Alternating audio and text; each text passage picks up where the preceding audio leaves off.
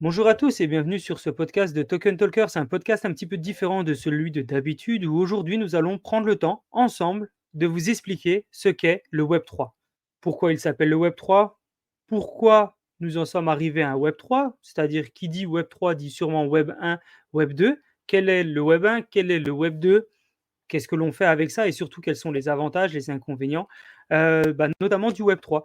Donc nous allons prendre le temps déjà de commencer par le Web 1. Le Web 1, c'est quoi? Le Web 1, c'était un internet un petit peu centralisé où son objectif numéro un, c'était de lire.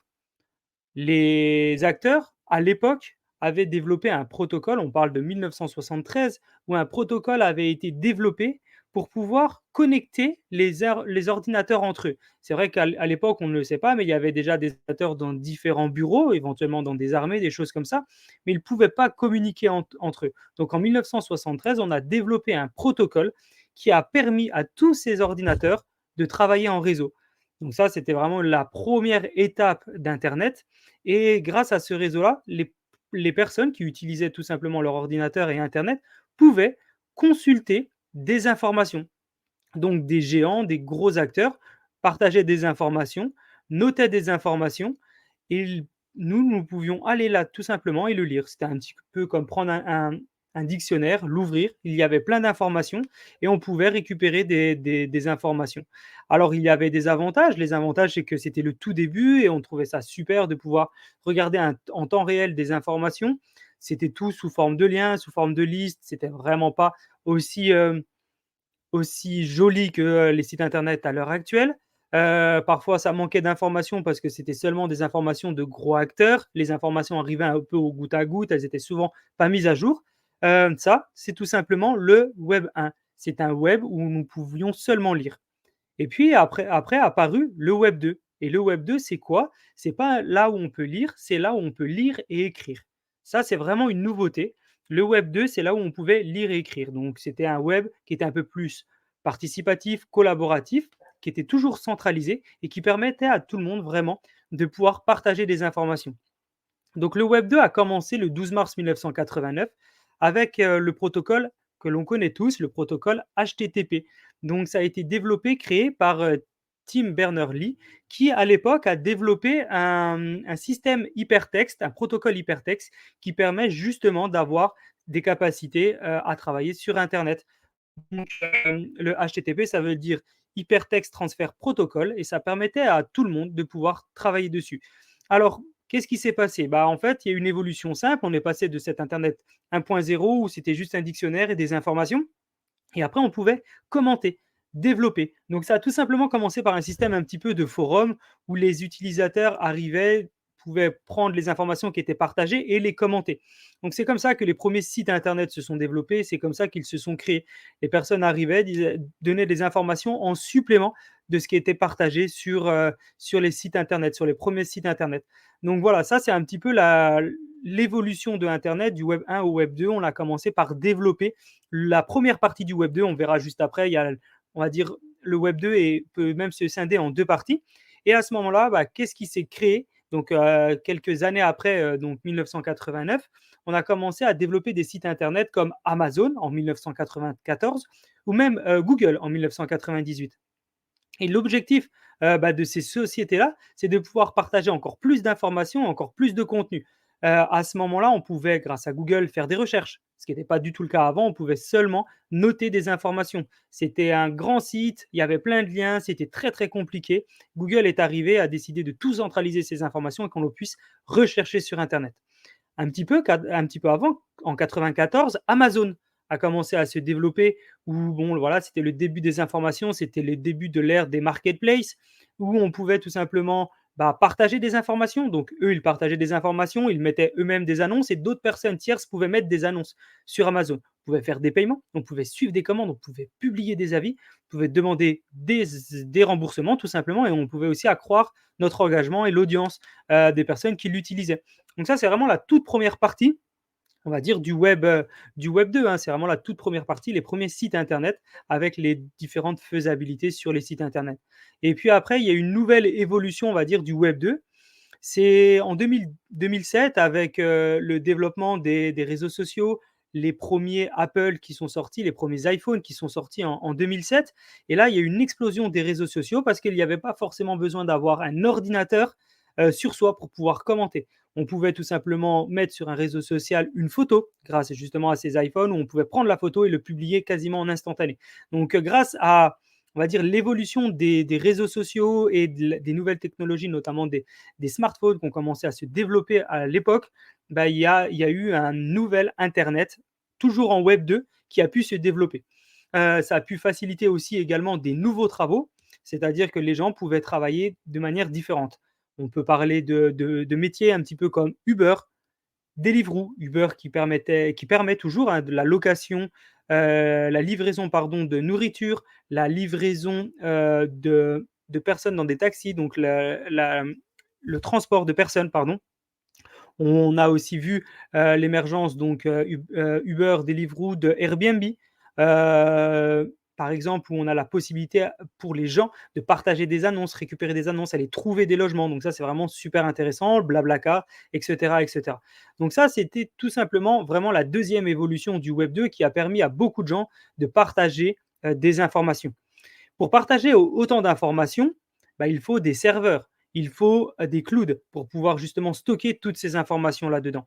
Et donc ces sites qui étaient 100% gratuits ont donné la possibilité d'être gratuits parce que vous pouviez tout simplement stocker votre donnée sur leur serveur pour qu'après ces géants de l'Internet puissent vendre vos données pour pouvoir se financer. À l'époque, vous étiez le produit, votre data était le produit. C'est pour ça que pour vous, ce genre de site internet était gratuit. Donc, ça permettait, vous étiez targeté par différents services et vous aviez la possibilité de recevoir des annonces, des publicités et ce genre de choses. Ces informations étaient toutes centralisées donc par ces serveurs. Et comme c'était leur propre serveur, qu'ils payaient eux-mêmes l'électricité et tout ce qui allait avec, les serveurs, bah, la façon de pouvoir se financer derrière, c'était tout simplement de vendre vos données. Donc il faut bien se rendre compte à ce moment-là que la data n'était pas du tout centralisée, elle n'était pas du tout décentralisée, elle était 100% centralisée. Et donc du coup, les gens pouvaient vendre leurs données, vos données, parce qu'ils en étaient propriétaires. Prenons par exemple le cas de AWS, Amazon Web Service, qui représente peut-être 30 à 40 de la data sur Internet. Bah, Amazon, il est propriétaire de vos données parce que vous utilisez votre donnée, vous la stockez sur Amazon, donc pas forcément Amazon, le site Internet, hein, la marketplace où vous pouvez acheter et vendre des choses. C'est vraiment Amazon s'est énormément développé et a mis en place tout différents protocoles pour pouvoir utiliser de la data sur Internet. Et aujourd'hui, beaucoup de banques utilisent Amazon, beaucoup de différents services utilisent Amazon. Et donc, vos données sont stockées sur Amazon Web Service. Et donc, du coup, bah, ces informations, données, etc., peuvent être tout simplement exploitées, peuvent être vendues, peuvent être utilisées, manipulées, voire même supprimées. Et en gros, c'est eux qui décident de si vous avez le droit ou pas de stocker des informations chez eux. Prenons par exemple l'exemple très récent hein, de Donald Trump qui s'est tout simplement fait virer de Twitter. Bah oui, Twitter, c'est complètement centralisé, c'est-à-dire que c'est lui qui gère les informations qu'il souhaite et vous pouvez vraiment pas faire ce que vous voulez. Prenons par exemple les banques qui sont aussi centralisées sur ce Web 2.0. Vous ne pouvez pas faire de virement. Vous devez demander chaque fois l'autorisation de quelqu'un. Parfois, les virements peuvent être bloqués. Parfois, ça prend du temps. Tout ça, c'est ce genre de choses qui centralisent aussi le web 2. Prenons aussi l'exemple des pannes sur les serveurs. Parfois, bah voilà, on utilise des services, on utilise des sites internet et du jour au lendemain, ces sites internet sont bloqués et tombent en panne de serveur et du coup, vous avez accès à rien. Donc ça, ce sont un petit peu les problèmes qui sont liés au web 2.0 et au fait que toutes les informations sont centralisées. Nous avons parlé du web 1 où on pouvait lire, on a parlé du web 2 où on pouvait lire et écrire, et le web 3, c'est lire, écrire et posséder. Et effectivement, à ce moment-là, maintenant, le web 3.0, c'est quoi? C'est la décentralisation de l'Internet, des informations. Alors ça a commencé quand? Ça a commencé à peu près au début des années 2019, où Satoshi Nakamoto a développé un protocole, a développé une blockchain qui s'appelle Bitcoin. Donc, il a développé la blockchain Bitcoin qui permettait aux gens de pouvoir faire plus facilement des transactions sur Internet via différentes monnaies. C'est un protocole 100% décentralisé. on a besoin de personnes pour pouvoir utiliser ce protocole et c'est vraiment le l'intention première de Satoshi Nakamoto. Alors aujourd'hui, on ne sait pas qui est ce Satoshi Nakamoto. Est-ce que c'est une personne, une organisation? Personne ne le sait. En tout cas, c'est lui qui a développé les toutes premières blockchains décentralisées, l'Internet décentralisé. Et différents systèmes, couches et d'autres blockchains se sont développés, notamment la blockchain Ethereum. Et en 2014, le cofondateur d'Ethereum, qui s'appelle Gavin Wood, a décidé de développer, plutôt d'appeler ce nouveau Internet l'Internet 3.0. Donc c'est vraiment lui, le cofondateur d'Ethereum, Gavin Wood, et qui est également le créateur de Polkadot, qui a décidé d'appeler ce système blockchain, cet Internet décentralisé, l'Internet 3.0. Alors, il y a différents mouvements, il y a différentes appellations pour le Web 3.0, il y a le Web 3, le Web 3.0, il y a même le Web sémantique. Alors, ce sont trois mouvements qui sont un petit peu différents, mais qui ont tous, vous allez voir, le même objectif. Vous avez le Web 3.0 qui a un seul objectif, le Web 3, pardon, qui a un seul objectif qui est la décentralisation. Pas d'autorité centrale, rien, personne qui contrôle tout, on peut publier ce que l'on veut, on peut faire ce que l'on veut. Prenez l'exemple par exemple de Instagram. Voilà, on a développé un site internet. Vous pouvez déposer vraiment tout ce que vous voulez, mais vous pouvez aussi vous faire supprimer du jour au lendemain vos informations.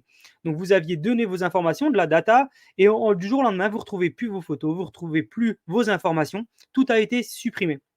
Donc ça, l'avantage avec le Web3, c'est que ça, ce n'est plus possible. Vous êtes propriétaire de vos données, plus personne peut les supprimer pour vous. Ça, c'est vraiment important. Donc ça, c'est, on va dire, un des mouvements Web3. Il y a un deuxième mouvement Web3, c'est le mouvement blockchain, qu'on appelle aussi mouvement Web 3.0, où à ce moment-là, on possède et on peut échanger super rapidement des informations, des transactions, des produits. Voilà, c'est vraiment très, très intéressant. Et c'est vraiment c'est vraiment un deuxième mouvement du Web 3, 3.0. Et il y a aussi le Web sémantique qui est un peu une extension, enfin, qui est carrément une extension d'Internet avec un nouveau protocole hyper connecté. Et ce protocole hyper connecté, c'était tout simplement pour avoir une meilleure compréhension d'Internet et que Internet, l'outil, ait une meilleure compréhension de nous. Typiquement, je vais sur Google, je dépose une information. Parfois, il faut que je fasse 1, 2, 3, 4, 10 pages pour avoir la bonne réponse. Et ben maintenant, avec, on va dire, ce web sémantique, qui est aussi un web 3.0, qui est intelligence artificielle, machine learning, qui permet de donner des informations, de poser des questions et d'avoir des réponses beaucoup plus précises. Donc voilà, les trois web, web 3, web 3.0, web sémantique, ont toutes un seul objectif commun, c'est tout simplement d'offrir un meilleur web avec un système de code un petit peu open source qui donne la possibilité à tout le monde de développer des informations. Alors, euh, plus de censure, moins de risques. Alors, on pourrait dire que voilà, il pourrait y avoir un peu plus de contenu inapproprié. Alors, effectivement, c'est vrai, comme nouvelle technologie, les gens pourraient faire n'importe quoi. Sauf que, en partie, c'est vrai, mais en partie, c'est faux. Pourquoi? Parce qu'il y a une meilleure transparence des informations. C'est-à-dire qu'on peut voir en temps réel qui a mis une information sur la blockchain, sur le Web 3.0, et donc du coup, on peut tracer cette personne et retrouver plus facilement qui il est. Donc, c'est plus difficile d'avoir des mauvais utilisateurs qui peuvent voilà, partager des choses qui ne sont pas les bonnes, qui sont du contenu totalement inapproprié, pardon, et grâce à ça, on peut retrouver les personnes. Donc, effectivement, le fait que ça soit décentralisé et que chacun peut faire ce qu'il veut, c'est bien, sauf qu'il faut qu'il y ait de la traçabilité derrière, de la transparence, et c'est le cas notamment de la blockchain. Donc maintenant que vous avez compris un petit peu comment ça fonctionne, on va vous expliquer un petit peu comment ça peut je vais vous donner des exemples pour vous expliquer un petit peu mieux comment ça fonctionne en vrai. Je vais sur Google, je fais une recherche. Par exemple, voilà, je cherche Token Talkers sur Google et en cherchant Token Talkers sur Google, je me rends compte que ma recherche, elle va aller dans le data center de Google, dans le centre de recherche, le data center de Google. Donc, mon information, elle est gérée par Google, centralisée par Google et par personne d'autre. Donc, on va dire que ça peut être un avantage, mais c'est surtout un inconvénient. Parce que du coup, seulement Google a la possibilité de stocker mes informations, comme on l'a vu sur le Web 3.0. Maintenant, avec ces nouveaux systèmes de données, ce n'est plus le data center de Google qui recherche avec le Web 3.0, c'est qui? C'est différents utilisateurs qui deviennent des nœuds et qui sont une sauvegarde et qui sont une data. Donc c'est quelque chose de juste incroyable. Tout le monde utilise un peu sans le savoir, un système cryptographique alimenté par une chaîne de blocs qu'on appelle la blockchain. Et chaque bloc devient un nœud, devient une sauvegarde de cette information. Donc, si par exemple je fais une transaction grâce au Web 3.0, une transaction sur la blockchain, ma transaction, elle n'est pas centralisée et sécurisée par une personne, mais par tous les utilisateurs de la blockchain. Donc, c'est quelque chose juste de formidable. Prenons par exemple une possibilité de faire une transaction de tiers à tiers. Je vais envoyer de l'argent à une personne sans à chaque fois demander peut-être l'accord d'un avocat, d'un notaire, d'un auditeur, d'une banque. Bah, ça, c'est possible. On utilise tout simplement on n'a plus besoin de ces personnes pour contrôler, identifier, valider une transaction. C'est 100% automatique et ce qu'on appelle le proof of stake. Donc, c'est un genre d'algorithme qui va valider tout ça de manière automatique et immuable. Donc, c'est vraiment, vraiment l'avantage numéro un. Alors, on va se dire, oui, mais c'est cool, mais si demain on se fait hacker, voilà, on fait une transaction, comment on fait pour ne pas se faire hacker? Bah, c'est très difficile, voire même impossible d'hacker la blockchain. Pour la simple et bonne raison que pour hacker la blockchain, il faut pouvoir hacker au minimum 51% de tous les nœuds, de tous les blocs qui sont sur la blockchain. Donc autant vous dire que ça voudrait dire un nœud, ça peut être un téléphone, ça peut être un ordinateur. Enfin, voilà, ça voudrait dire tout simplement hacker au minimum 51% de tous les ordinateurs et téléphones en même temps, quasiment dans la même seconde, pour pouvoir changer une information sans que les autres s'en aperçoivent. Autant vous dire que c'est actuellement complètement, complètement impossible. Donc c'est vraiment la force de cet Internet décentralisé, ce Web 3, c'est qu'on peut partager des informations, c'est beaucoup plus transparent. C'est vraiment que le début, hein, on est aux prémices de ce Web 3.0 et on a déjà des très très bonnes bases qui nous permettent de comprendre un petit peu comment ça fonctionne. On comprend que c'est beaucoup plus ouvert, c'est donc décentralisé, c'est plus robuste, plus équitable, plus transparent. Effectivement, beaucoup plus bah, voilà, de fonctionnalités et ça, c'est vraiment super important. Prenons par exemple les exemples du Web 2 où quelqu'un comme bah voilà, Donald Trump s'est fait supprimer par Twitter son compte. Et bah, dans le Web 3.0, c'est impossible, c'est décentralisé. Donc impossible qu'une entité centrale décide de bloquer Donald Trump. Donc ça lui permet de continuer à partager son contenu et à donner ses informations. Par exemple, impossible de bloquer une transaction. Il y a plus de traçabilité, il y a plus de transparence et moi je fais une transaction d'une personne à personne, je n'ai pas besoin d'une banque qui me donne l'autorisation. Tout est validé, tout est enregistré dans l'intégralité du registre qui représente la blockchain et ça c'est juste incroyable. Pareil, il n'y a plus de serveurs. On peut dire oui, mais si on fait des transactions, le serveur, si les serveurs plantent, comment ça se passe? Ben, en fait, si un serveur plante, c'est pas grave parce que chaque nœud devient aussi sa propre sauvegarde, devient un petit peu son propre serveur. Et donc, en gros, s'il y en a un, deux, trois ou 10 qui plantent, mais tous les autres fonctionnent. Donc, c'est vraiment, vraiment ça qui fait la force de l'Internet 3.0. Je pense que vous avez pu vous rendre compte avec le temps bah, des avantages du Web 3.0. Quelle est la différence entre le Web 1, le Web 2, le Web 3? Donc, dites-nous un petit peu, vous, en commentaire, ce que vous pensez de cet Internet 3.0. Est-ce que ça vous fait peur? Est-ce que vous voyez, comme nous, les avantages de ce Web 3.0? Prenez le temps aussi bah, de partager autour de vous, de liker, de vous abonner à cette chaîne sur laquelle on va continuer d'apporter un maximum de contenu. C'est un plaisir pour nous de vous donner ce contenu parce que pour beaucoup de gens, le Web 3.0, c'est un petit peu le futur et c'est difficile de comprendre bah, comment le futur sera fait. Donc voilà, nous, c'était un plaisir de vous partager aujourd'hui le Web 3.0, ses avantages, ses inconvénients et de vous apporter un maximum de valeur. À très vite sur la chaîne Token Talkers, sur des podcasts, sur la chaîne YouTube. Vous pouvez nous suivre sur Twitter, sur Instagram, sur TikTok. Voilà, on est présent un petit peu partout, sur les différents aussi chaînes de podcasts. Et on se revoit très vite sur la chaîne de Token Talkers. Merci.